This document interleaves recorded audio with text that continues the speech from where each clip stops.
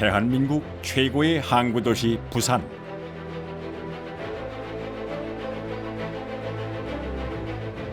부산은 6.25 전쟁 당시 대한민국의 임시 수도였습니다. 서울을 대신해 대한민국의 수도 역할을 했죠. 어떻게 보면 한반도 내에서 이 전쟁을 정말 승리로 이끌겠다는 강한 의지가 있었지 않았느냐. 전쟁 중 한 나라 안에서의 수도 이전은 세계 전쟁사에서도 이례적인 일이었습니다. 그 피란 수도, 즉 임시 수도가 되면서 이 부산은 엄청난 혼란에 빠지게 됩니다. 1129일 동안 이어진 6.25 전쟁. 살아야 했습니다. 살기 위해 부산으로 향했습니다. 전쟁의 비극은 후방도 마찬가지.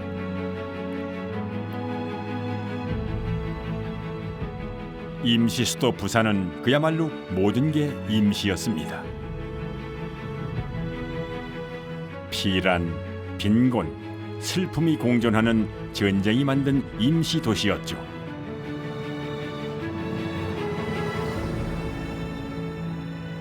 심지 그 무시합니까? 그거를 또 하사를 갖다가 너가 먹으라요. 서서 먹고 난 물 먹으면 또 배가 불러요. 엄마는 안 자세요. 그게 자꾸 생각이 나요 지금. 그거 아니지 뿌리지요. 그게 이제 뿌리지겠어요? 아니지 뿌리지. 지가 바글바글하고 막 강구가 있고 빈대가 있고 막 그런 데 살았지. 필사적으로 살기 위한 전쟁을 치른 이들에게 부산은 어떤 존재일까요? 부산에선 어떤 일이 있었던 걸까요? 잊을 수 없는 1023일의 기억입니다. 인구 355만의 거대 도시 부산은 언제 봐도 화려합니다. 그러나 지금의 명성 뒤에는 기적처럼 잘 견뎌온 지난 시간이 있습니다. 부산 남구 전포곡의 꼭대기 돌산 마을의 여름은 고즈넉합니다. 눈에 안 비게만 해놓은. 부산의 피란민촌 중 가장 높은 곳에 가장 늦게 만들어진 마을. 6.25 전쟁 전 이곳은 공동묘지였습니다. 여기도 묘고 여기도 묘고 여기는 비석이 있었는데 비석이 가려질 정도로까지 풀이 무성한. 여기도 원래 묘가 있던 자리인데 예, 요 파묘해간 상태입니다. 여기는 여기도 묘 자리가 그대로 남아 있죠. 예, 예, 형태 그대로 남아 있습니다. 예, 예. 흙은 까였지만 묘가 그대로 바로 집 앞에 이렇게 있는.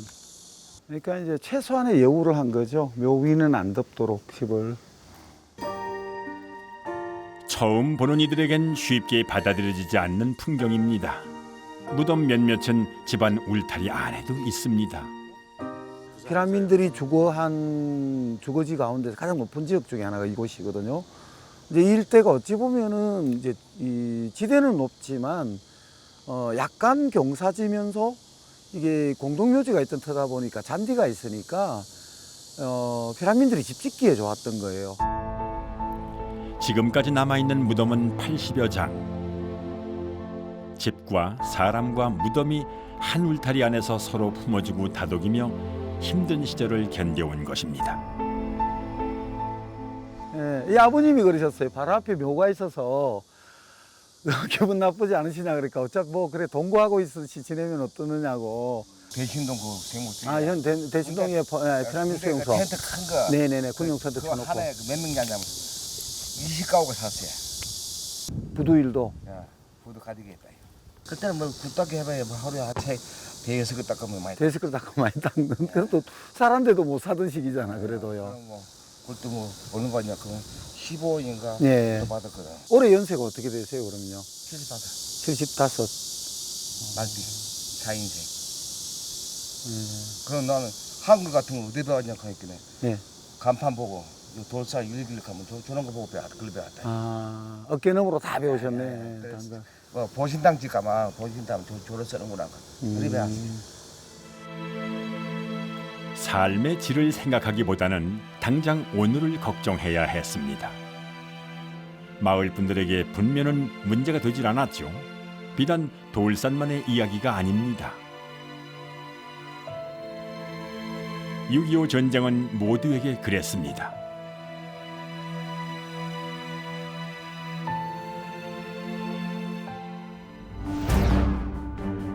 기습 공격이었습니다. 1950년 6월 25일 일요일 38선을 넘어온 북한군은 3일 후 서울을 점령하고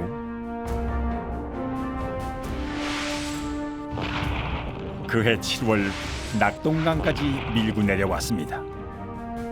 하루아침에 수도를 빼앗긴 우리나라는 유엔군의 지원으로 낙동강 방어선을 구축하고 서울을 떠난 이승만 정부는 8월 18일 대구에서 부산으로 천도를 합니다.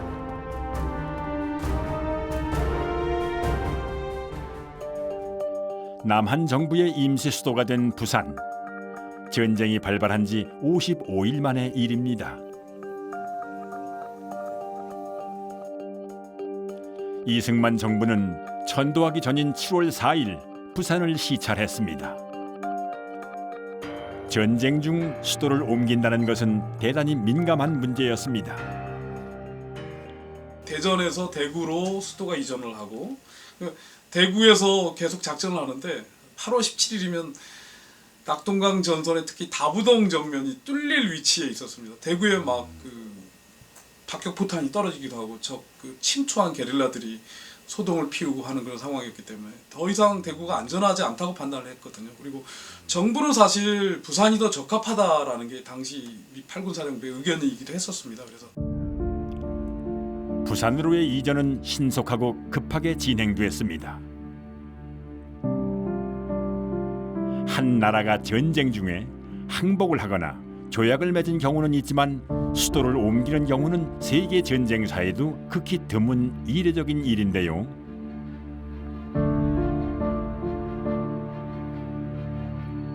그렇다면은 왜 부산이었을까요?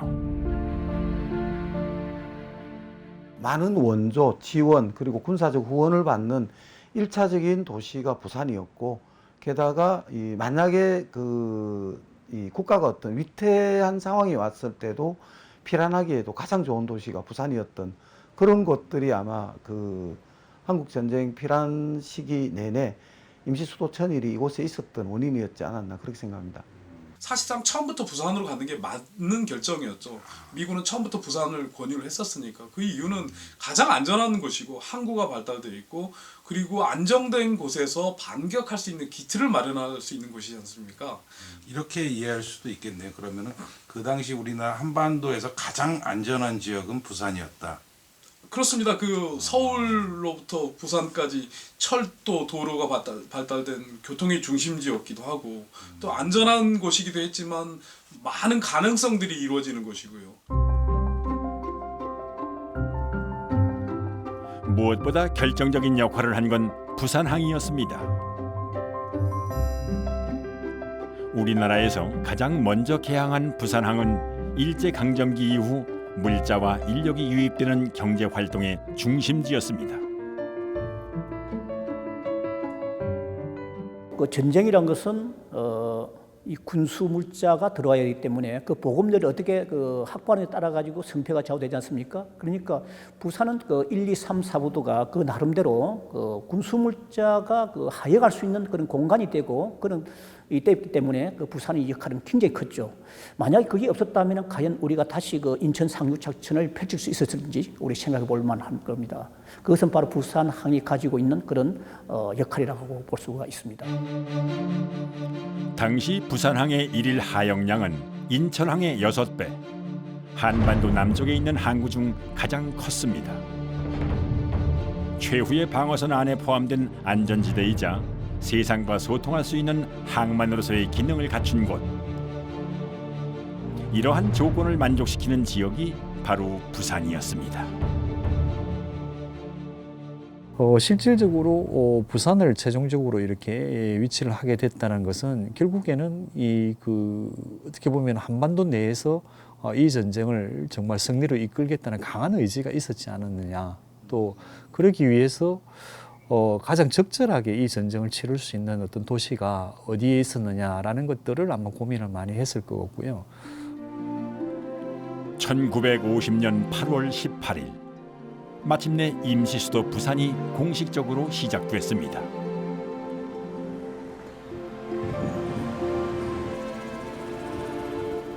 임시수도 기념거리에 위치한 동아대학교 내 박물관은 옛 경남도청이었습니다. 임시수도 시기에는 정부 청사로 사용된 곳이죠.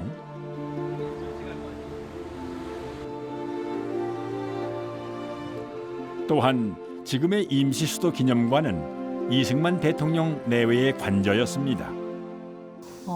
정부 청사로 쓰이게 되고 또 대통령 관저로 쓰이게 되고 또 이제 국회의사당이라든지 대법원이라든지 이런 기구들이 주변에 전부 밀집하게 됩니다. 그래서 명실상부한 어떤 대한민국의 심장부의 역할을 했었다고 볼 수가 있겠고, 기념관 내부에는 당시 업무를 보는 이 대통령의 모습이 전시되어 있는데요.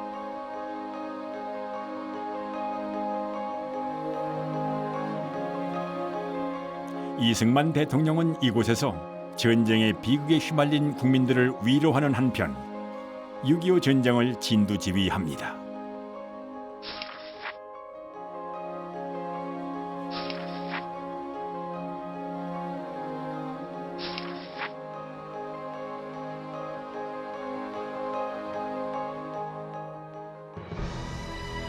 급하게 부산으로 이전한 한국은행은 화폐 발행용 원판을 미처 챙기질 못했는데요. 이를 없애기 위한 집중 포격에도 이 원판은 북한군의 손에 들어가 버리고 맙니다.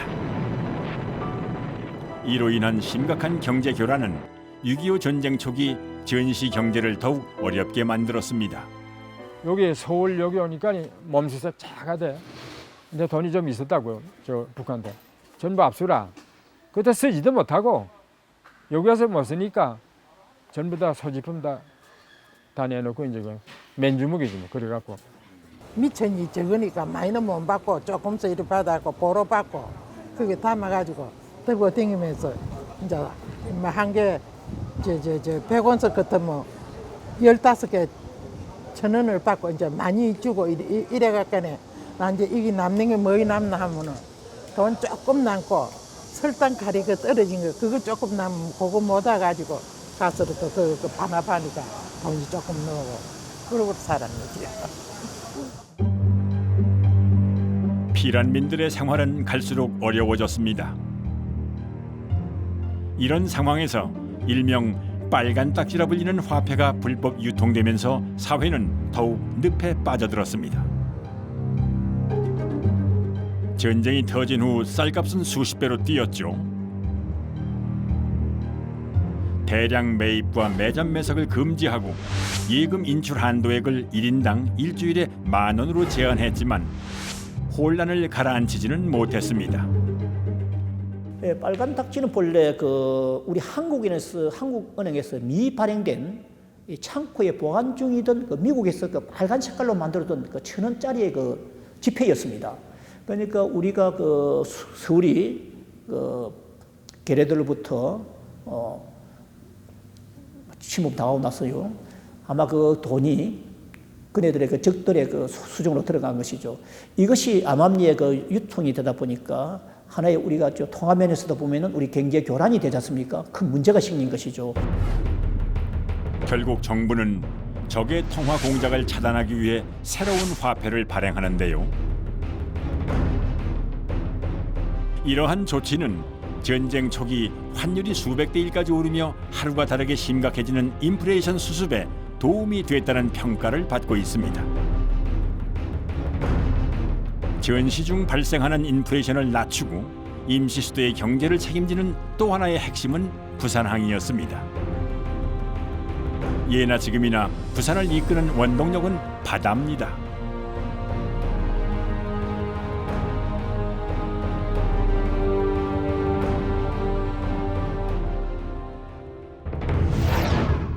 전쟁이 시작된 지 한 달 반여, 국군과 유엔군은 반격을 시작합니다. 메가더 장군의 인천 상륙 작전으로 9월 28일 서울을 수복하고 10월 1일에는 국군이 38선을 돌파, 이어 10월 19일에는 국군과 유엔군이 평양까지 점령합니다.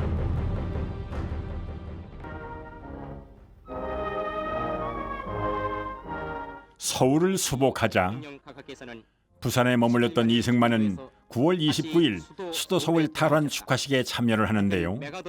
그 자리엔 메가더 장군도 함께했습니다. 서울 시민들도 모두 거리로 나왔습니다.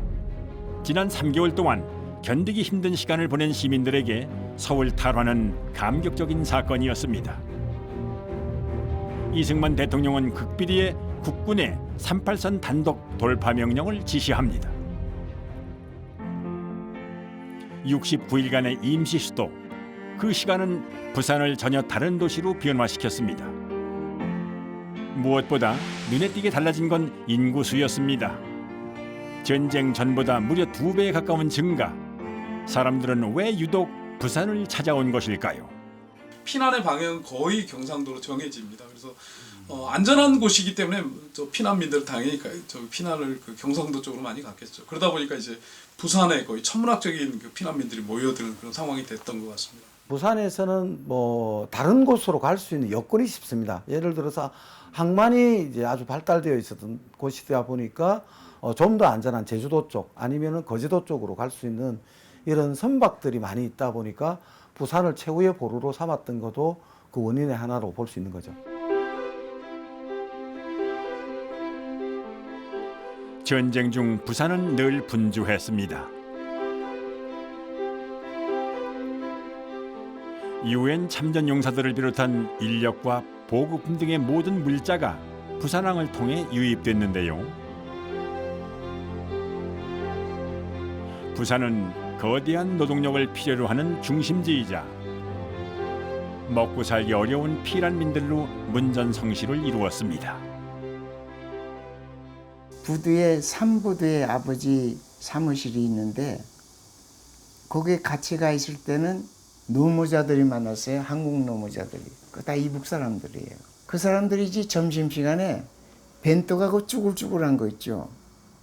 그걸 열면은 보리밥하고 김치뿐이 없었어. 부두 노무자들 중에는 화가 이중섭도 있었습니다. 밤엔 붓을 들었던 이중섭. 그 당시를 그린 범일동 풍경은 그의 대표작으로 손꼽힙니다. 노무자들은 항구 근처를 떠날 수 없었습니다. 부두 가까이에 있는 매축지 마을은 그들에겐 안성맞춤 공간이었습니다. 원래 이 마을은 일본이 병참기지로 활용하기 위해 바다를 매축해서 만든 땅입니다. 1939년에 있었던 3차 매립의 규모는 축구장 210개의 크기였다고 하는데요. 일제강점기 시절 생긴 매축지 마을은 모두 8개. 전쟁 발발 후 갈 곳 없는 피난민의 안식처이자 시장으로 발전했습니다. 옛날에는 아침에 가면 줄로 서야 되고 지금은 수세실 물 나오지 참. 옛날에 아침에는 그러면 화장실 가려면은 줄로 서 엄청 많이 섰겠는데. 예, 말도 못해. 그럼 거기가 아침에 가면은 동네 사람들 다 만났겠네요. 다 만나지. 만나면 장사입니까? 대부분의 집들이 부엌, 화장실, 나무가 없고 빈집과 노인, 공동 화장실이 많아 삼무삼다로 불리던 곳. 동구 좌천동 매축지 마을은 유일하게 남은 부산의 매축지 마을입니다. 잔치를 하기는 뭐 하면 집을 못 찾는 게 똑같거든. 예, 막 그래 술이 채면은 너무 집도 들어가고 이래. 여기 막 따다따다따다 이거에서 저는 데도 한 삽니다. 2평 요거 이래. 그 조그만 집에서 일가족이 몇 분 정도 사신 거예요, 보통? 보자. 절에도 밑에 너희, 위에 또 서희 7명. 전선의 전투만큼이나 치열했던 후방의 삶이었습니다.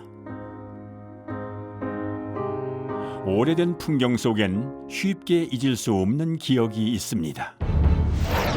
1950년 10월 6.25 전쟁은 중공군의 참전으로 전혀 새로운 전쟁이 되었습니다. 그리고 얼마 후 흥남 철수와 일사후퇴가 이어지고 3월 15일 국군은 서울을 재수복하게 됩니다.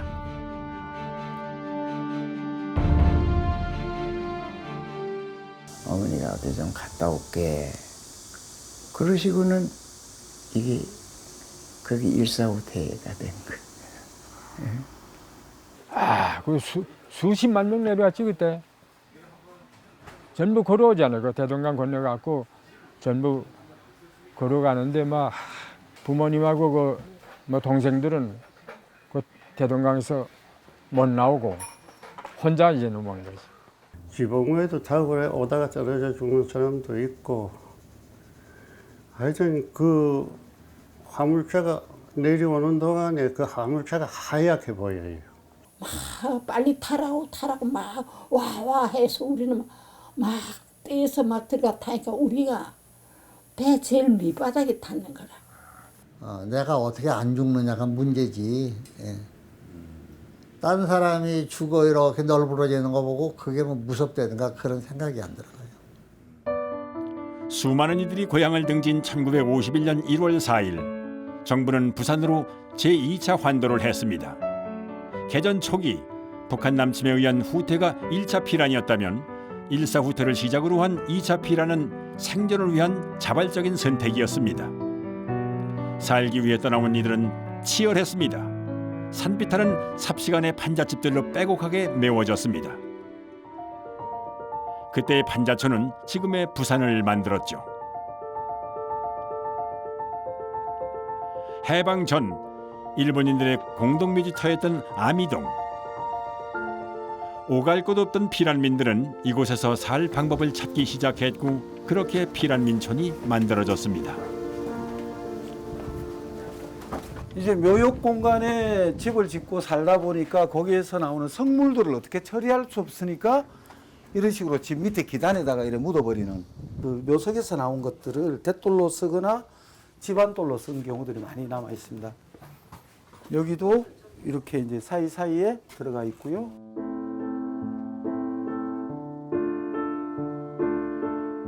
좁은 골목 곳곳에서 비석이 쉽게 눈에 띕니다. 아미동에는 이런 비석들이 한두 개가 아닙니다.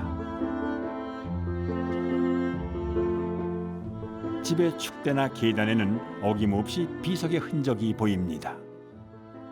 피란 시절에 가장 그 주거의 전형적인 예가 여기 있습니다. 원래 이제 여기에서 나왔던 이제 묘비는 여기에 이제 이렇게 따로 이제 밖으로 빼놔놓고, 그러니까 죽은 자의 공간에 산자가 빌어 쓰는 이런 그게 됐다고 보시면 되는 거죠. 처음에 나무판 대고 그 다음에 종이 상자를 댔다가 그 다음에 루핑지라 그러는 약간 기름 먹인 종이로 밖에 이제 소위 방수가 되도록. 이 집은 납골묘 위에 집을 지은 형태가 원형 그대로 남아 있는데요. 납골묘 위 성물을 치워 바닥을 만든 후 기둥과 벽을 세우고 지붕을 올리면 바로 집이 되는 거죠. 처음에는 이렇게 집 구조만 가지고 있다가 야외에서 취사를 했던 것 같아요. 납골묘 위의 삶은 그만큼 감수해야 할 것도 많았습니다. 이 집에 살 때다 우리. 이거 집에 살 때. 연탄군역 판께는 빼가 나와. 이빨이 엉덩이. 그래가지고 그 사람 죽었다 갔다 저 산에다 묻어가지고 술 한잔 따라 놓고 절하고 그랬다. 비석이 많아 실어다 내버리기도 하고 이거 들어가기도 하고 집 흐르면 뭐 비석이 많아. 저도 비석 나왔잖아. 화장실 판이게요. 가보야. 있지? 네. 그 화장실 판게 거기 나왔어. 시간이 비껴간 듯 수십 년이 지난 지금도 묘지의 흔적이 남아있는 아미동.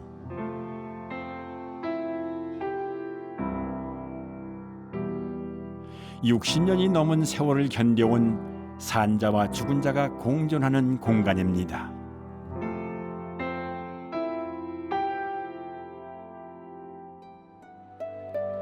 47만이었던 부산 인구는 일사후퇴 후 100만으로 늘어났습니다. 그들의 목적은 똑같았습니다. 어떻게든 살아야 한다. 산비탈에서부터 공동묘지까지 한 뼘의 공간을 찾아 어디든 갔습니다. 가파른 절벽 위도 마다하지 않았습니다. 파도와 바람이 거세서 부산 토박이들은 살지 않았던 이곳에도 피란민들이 찾아들었습니다.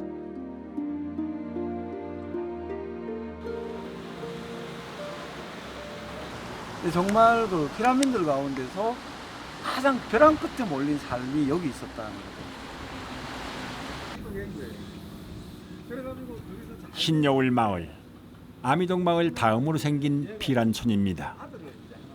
요 입구에 요게 한 가구가 되고요. 그 다음에 저게 한 가구가 되고요. 그럼 두 가구죠. 요게 세 가구째, 네 가구째, 다섯 가구째. 중간에 요새 조금 큰 편에 속하고. 다섯 집이 부엌과 화장실을 함께 쓰는 최소한의 공간. 캄캄한 밤 화장실을 가려다 벼랑에서 떨어진 사고를 당한 이들도 많았습니다.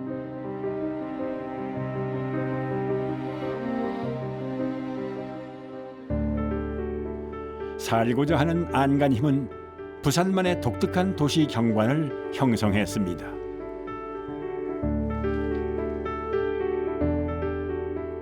(20만여) 명의 피란민은 축사를 개조해 집을 짓고 살 방법을 찾았습니다.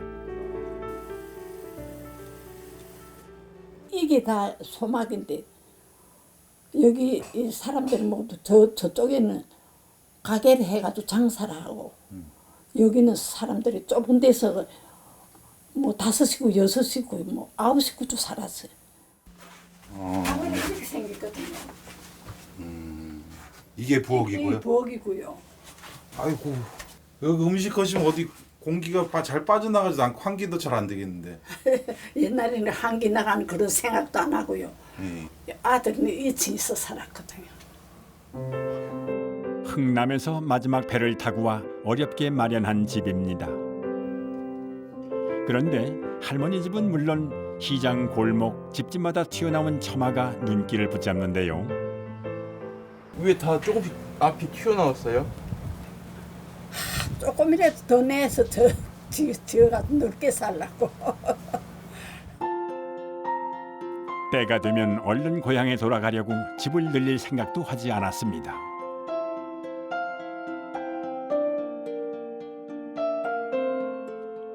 재봉틀 하나에 의지하며 살아온 타향살이, 할머니는 오늘도 재봉틀을 돌립니다.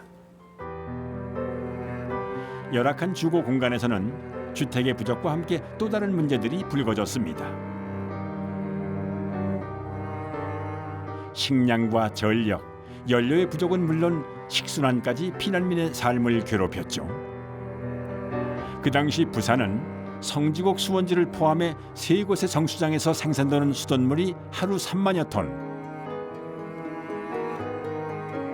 그러다 보니 이들에게 먹고 사는 문제는 그야말로 전쟁, 돈만큼 귀한 게 물이었습니다.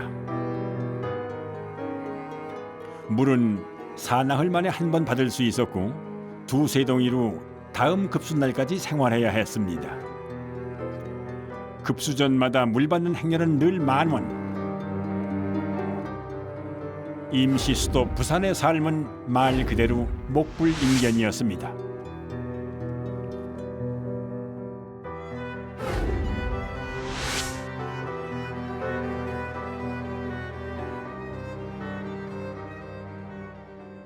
잠자고 일어났다 물 걱정. 양석격정. 양새도 한 대, 2대 벌어다 먹고 그때만 해도. 하루에 벌어가지고 물려다 풀고. 내 물려다 놓고 또 물려다 밑에 나래비 서갖고 웅동 수도. 저 나래비 서고 세치겠다고 쌓아놓고. 나는 이제 바느질 하니까 일이 바빠서 거기다 줄을 세워놓고 물을 받아 먹을 형편이 안 돼서 짠물이 여기 저 세매 그전에 있는데 그건 짠물이라요. 세매물은. 그래 그건 먹지만 식수는 못 하거든요. 뭐 허드레 이래 아들 뭐 이런 옷을 빨기나 해도. 그래 나는 식수를 하루에 한 동이 사 먹었어요. 우리가 그 수돗물을 못 먹었다 하니까요. 그저 내내 관종 봐가지고 그거 물 빼다가 먹었다 하니까 근데 그 물이 그거 뭐 오염되기도 많이 됐을 거예요. 그거 뭐. 예. 그걸 먹으시니까. 전쟁의 시대, 사람들에겐 일상이 곧 전쟁이었습니다. 여기 언제 오셨어요, 할머니? 쪼매나 때 왔어. 쪼매나 때. 좀 할 때 피난 나오신 거예요? 아 마지막 때 왔어. 마지막 때. 천막 살아서 천막. 아미동에 사는 이복순 할머니는 흥남 철수 때 엄마 손을 잡고 내려왔습니다. 거제도를 거쳐 이곳에 온 지 벌써 60년. 행상을 해서 한 푼 두 푼 모은 돈으로 어렵게 마련한 집입니다. 할머니는 2평 남짓한 이곳을 한 번도 떠난 적이 없습니다. 여기서 그럼 몇 명이 잤어요, 이 집에서? 그러니까는 엄마 거조는 4명 잤는데 나는 막 어떤 때 여름엔 여기 건축대대고 여기 밖에서 자고 여기서 자다가 정지에서 자다가 밖에 나가 자고 이랬어요. 여름엔. 서러운 피난살이는 누울 곳이 있다는 것만으로도 큰 위안이었습니다. 산동네 판자촌 삶은 모두가 그랬습니다. 보건소 가서도 물 주러 오고 엄마 집 주웠다가 또 우리 조금 먹고 세미물 주렸다가 우리 먹고 이랬어요. 그럼 하루에 몇 번씩 다녀오셔야 되겠네? 그때는 뭐 조금 젊은거나 배도 고팠지만은 마 첫째 배가 고파면 못 살겠대요. 배가 고파. 지금은 부자라야. 아이 뭘 들어가. 왜 우세요?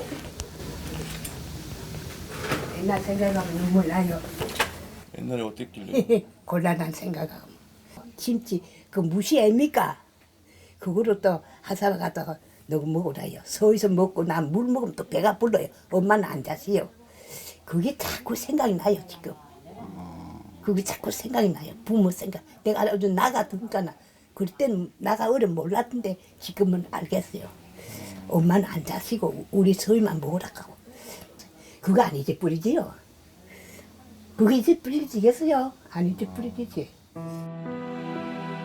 오래된 기억은 정지된 듯 선명합니다. 쉽게 가라앉지 않는 그리움. 어머니는 그런 줄 알았습니다. 어머니는 안 먹어도 사는 사람인 줄 알았습니다. 자식을 위해 고단한 육신을 하루도 놀리지 않았던 어머니. 세상 모든 이름 가운데 가장 눈물 나는 이름입니다. 가장 서글픈 풍경입니다. 뜨거운 안녕을 부른 가수 잔일이. 그에게 부산은 평생을 잊을 수 없는 곳입니다. 제가 그때 저기 있죠? 뭐 하나 있죠? 거기 서서 저기 바다 보고 저기서 보면 부산 바다가 다 보여요. 그래서 13살 때 울고. 만주가 고향인 그는 일사후퇴 때 배를 타고 혈혈단신 부산에 왔습니다. 13살, 전쟁 고아의 위태로운 삶은 그렇게 시작됐죠. 빌딩 치면은 10층 빌딩이야. 그 추우니까 거기 들어가서 잔 거예요. 그러면 내가 10몇 살 때면 얼마나 몸부림을 많이 치고 잘 때예요. 또 떨어졌으면 죽었죠. 80년 긴 세월 동안 부산 사람들과 웃고 울던 영도대교는 부산의 상징 그 이상이었습니다. 죽을 고비를 넘기고 어머니가 생각날 때마다 어린 그는 영도대교를 찾아왔는데요. 헤어진 가족을 찾는 피난민들에게 이 다리는 만남의 장소였습니다. 부산을 모르는 이들도 모두가 아는 곳이었으니까요.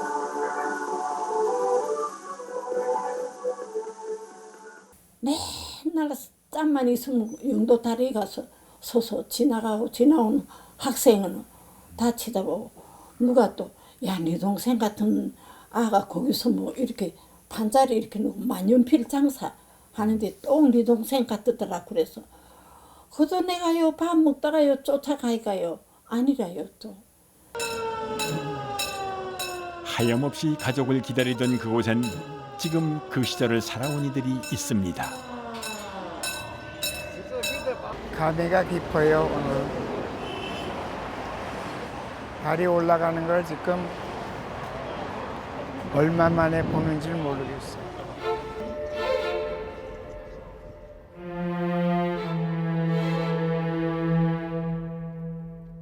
하루에 한 번 열리는 영도다리. 이 순간 사람들이 보고 싶어하는 건 과연 무엇일까요?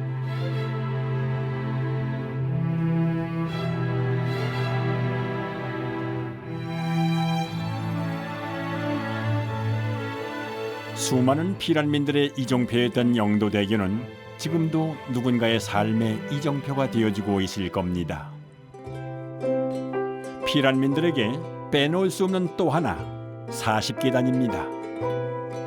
영도다리와 함께 헤어진 가족을 기다리던 만남의 장소였습니다. 40계단 천중에 앉아 울던 나이네 울지 말고 속 시원히 말 좀 하세요. 수많은 이들이 경상도 아가씨가 되어 눈물을 훔치던 40계단. 10만 명이 넘는 가난한 산동네 사람들과 세상을 이어주는 오작교 역할을 했는데요.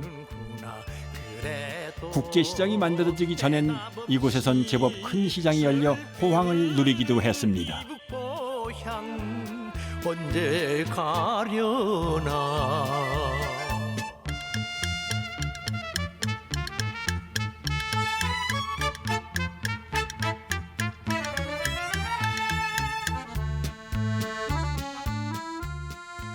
많았지요. 막 박신박신하고 그러고 뭐 오고 가는 사람이 전부 부산역이요 있으나 그냥 다 뭐 말하라 사람이랑은 말할 수도 없지요.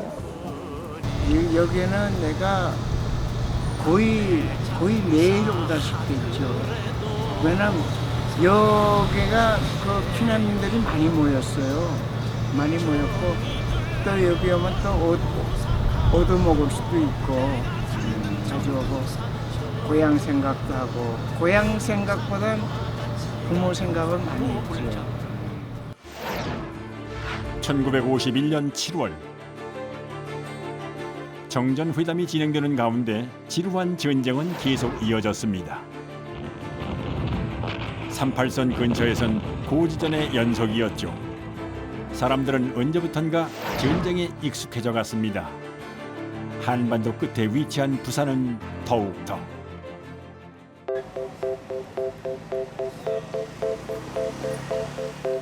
정전회담이 계속되던 그때 피란민들은 사람답게 살기 위해 부지런히 움직였습니다. 중구 신창동, 부산항에 가까이 자리한 국제시장 사람들도 그랬습니다. 국제시장은 원래 연합군의 잦은 공습에 대비해 일본인들이 건물을 철거했던 소개지였습니다. 이 넓은 공터가 국제시장의 시작이었는데요. 국제시장은 늘 미군 물자와 구호물자들이 가득했습니다.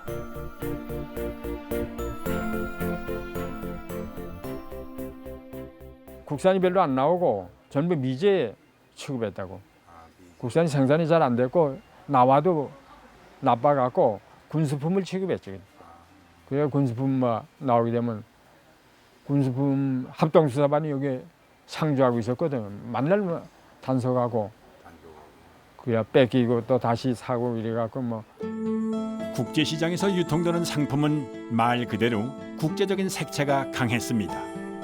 50년대 초 하루 거래 규모가 10억, 매일 10만여 명이 모여들었습니다. 명실상부한 생필품 유통망의 중심지가 되었죠. 활기 넘치는 시장은 전쟁의 시름을 잊게 했습니다. 전쟁 때가 돼서 힘들었지만 그때 국제시장이 대단했어요. 거기 가면 별의별 거 다 먹을 수 있고 다 구경할 수 있고 그랬었어요.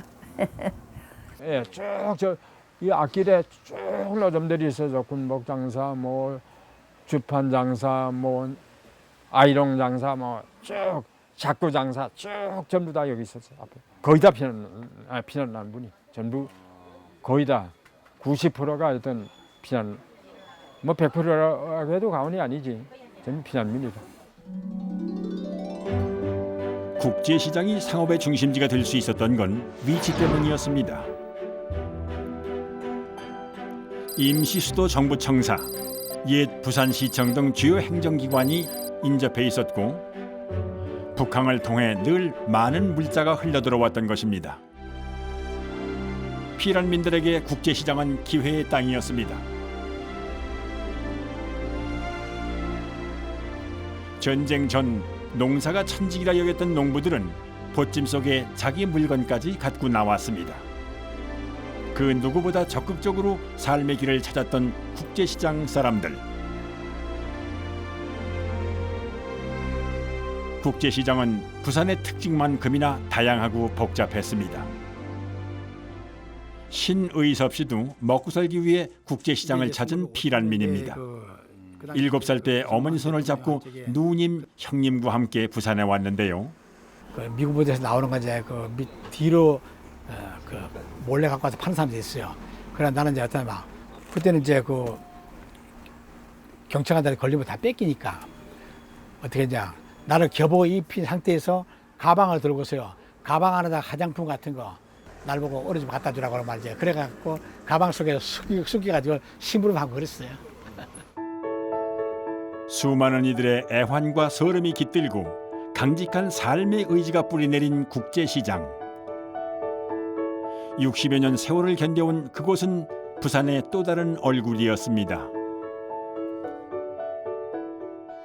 피란수도 시절 내내 대한민국 경제의 중심이 다시 부산이 되게 되고 유통의 중심은 국제시장이 되고 특히 그 당시에 이제 원조 내지 구호로 인해서 밀가루 공장들이 이제 생기면서 특히 이제 어떤 먹을거리와 관련된 부분들 해결이 가장 시급했기 때문에 그런 것들을 다 부산에서 책임지게 되는 상황이 됐던 거죠.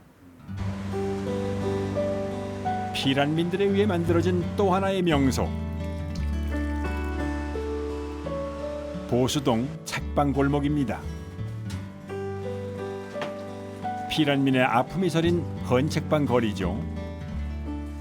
먹고 살기 위해서 이제 호구지책으로 이제 자기 벌이가 그 책을 사가지고 놓으니까네 그게 뭐 갖다 놓자마자 막 팔리니까 이 사람들이 뭐 아하 이거 내가 책 장사 해야 되겠구나 싶어요.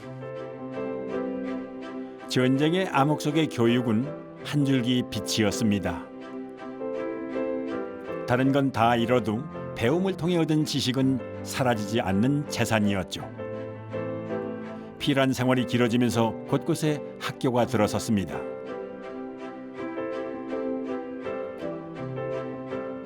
보수동 골목은 수많은 학생들의 통학로였습니다. 배움에 목말랐던 이들로 골목은 북새통이었죠. 아침 되면은 꼭 길이 미이도록 쫙 서가지고 말이지. 또 오후 방과대 한 6시 뜨면 또 쫙 미이 나오고 그야말로 참 장사가 재미가 있었어. 그래 그 덕에 나도 뭐 참 아들 서희 나가지고 뭐 대학교까지 다 가르치고 잘 먹고 살고. 오랜 피란살이에 희망을 심어주었던 보수동 책방 골목. 그곳엔 변함없는 따뜻한 정이 있습니다.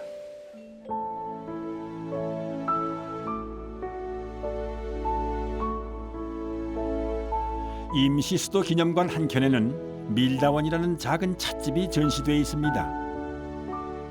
기념관하고는 좀 어울리지 않는 분위기죠. 사실 이곳은 문인 김동리의 단편 소설에 등장하는 다방을 재현한 것입니다. 일사후퇴 때 부산으로 내려온 김동리는 피란의 경험을 바탕으로 한 단편 소설 밀다원 시대를 발표합니다. 부산의 대표 번화가인 광복동. 이곳은 그 시절 부산에서 다방 밀도가 가장 높은 지역이었습니다.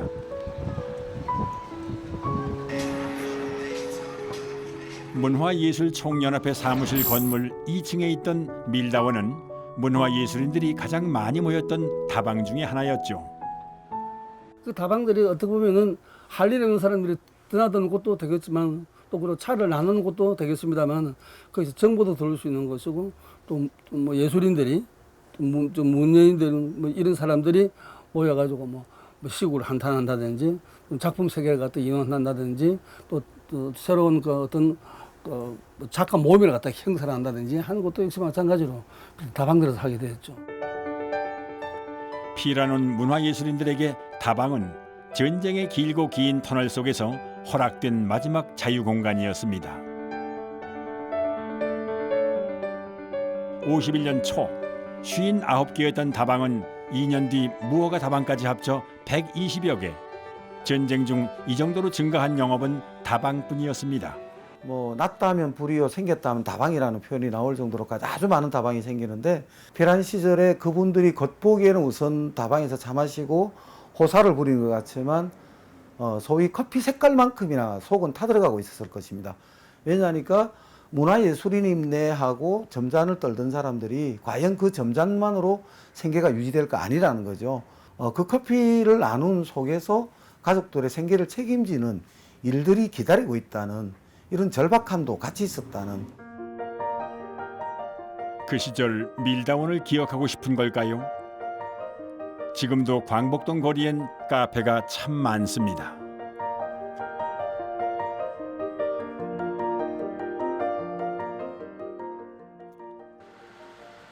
지금도 부산 다방을 잊지 못하는 한 사람이 있습니다.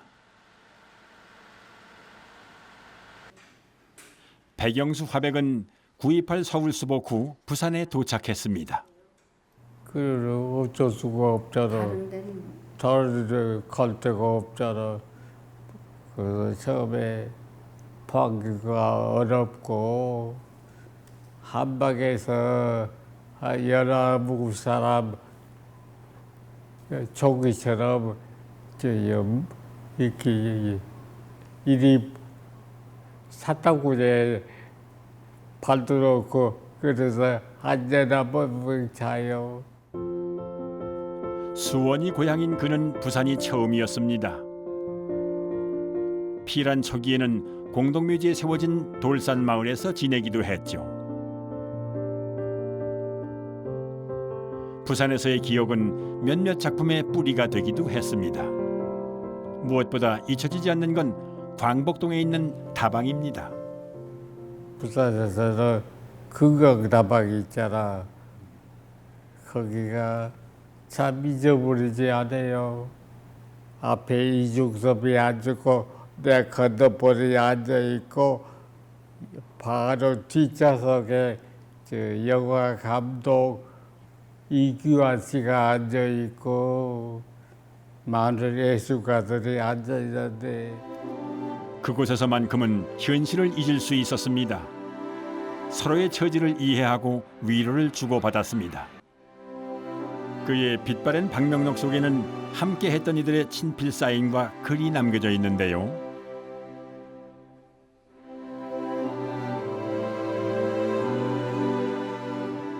구순이 넘은 나이, 점점 희미해져가는 기억 끝에 또렷하게 남아있는 한 사람, 화가 이중섭입니다.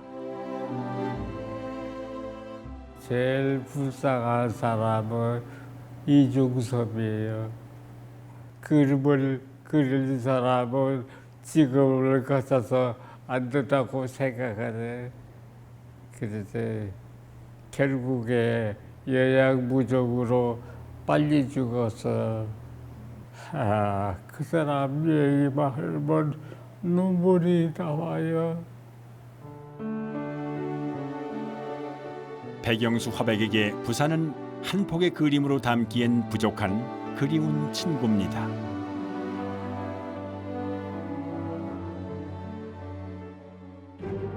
(1953년 6월 18일) 이승만 정부는 전국 8개 지역의 포로 수용소에서 반공포로 3만 5천여 명을 석방시켰습니다. 휴전을 반대하는 한국민의 열망에 부응한 것이었습니다. 전쟁 말기에 이제 정전 협정이 계속 길어지는데 그게 이제 방점을 찍었던 게 이승만 대통령이 반공포로를 석방했던 그런 작전들, 이런 결정들은 전황을 사실상 거의 좌지우지했었던 중요한 결정들이었고, 거기는 이제 이승만 대통령이 굉장히 명확한 어떤 군사적인 식견도 있었고 정치적인 감각도 있었던 그런 결정들이었던 것 같습니다. 1129일 드디어 동족상전의 비극은 종전이 아닌 정전의 상태로 끝이 납니다.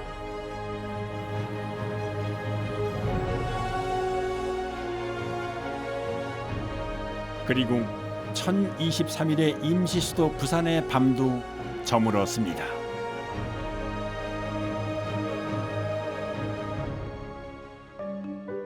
그러고 보니 부산에는 수십 년 세월이 흘러도 변하지 않는 게 참 많습니다. 우암시장 골목 한켠을 뚝심 있게 지켜가는 이 냉면집처럼 말이죠. 밀가루로 만든 밀면은 부산의 대표 필한 음식입니다.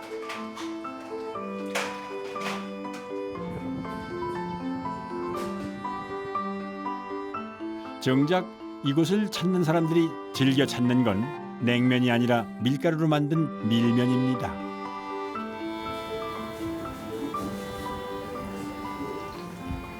피난민 아주머니부터 시작했습니다만 일종의 싸게 먹을 수 있는 음식, 그 국수보다는 조금 더 돈을 더 얹어주면서 냉면 맛도 나올 수 있는 그런 음식으로서 자리 잡게 되면서 피난 음식으로 자리 잡은 이것이 어느 날 부산을 대표하는 음식이 되어버린 것입니다. 유상모 사장의 돌아가신 아버지는 아내와 장모님을 모시고 피난을 왔습니다.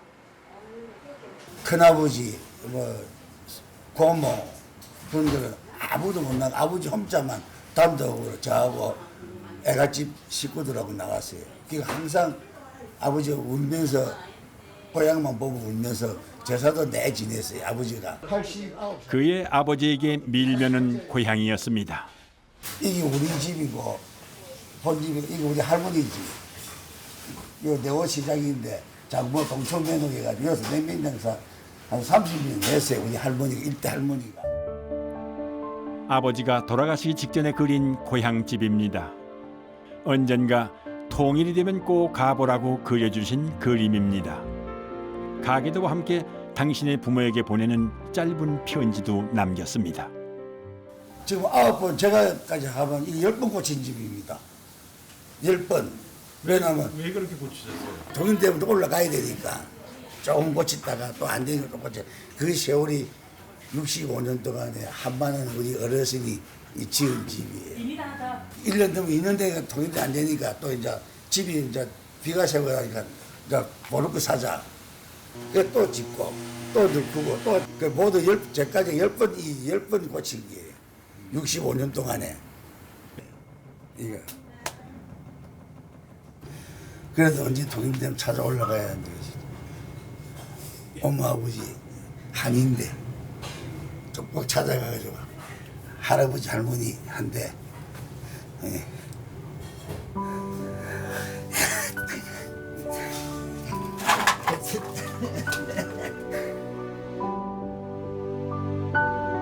그날이 언제가 될까요? 아버지의 편지를 전하는 날이 오기는 할까요?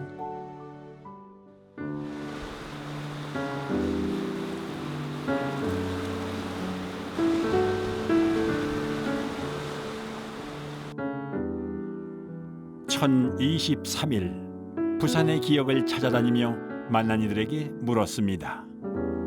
당신에게 부산은 어떤 곳인지. 부산이 도움주 내가 뭐 나를 살랭기지. 예. 진짜 66년 전이네. 거기서 살다가 진짜 꿈 같은 얘기다. 부산이 제일 이외 고향 같죠. 부산이. 6.25 전쟁이 일어난 지 반세기가 훌쩍 넘었습니다. 전장이 아닌 생활 전선에서 살기 위해 생존의 전쟁을 치룬 사람들. 부산이 제2의 고향이라 말하는 이들의 피라는 과연 끝이 난 걸까요? 우리 어머니가 대문에 서서 이제 눈물 닦으면서 그때 모습이 지금 생각나요. 밤색 치마에 옥색 저고리 입고 잘 갔다 오라고 잘 갔다 오라 하면서. 아니요. 아직도 계속되고 있습니다.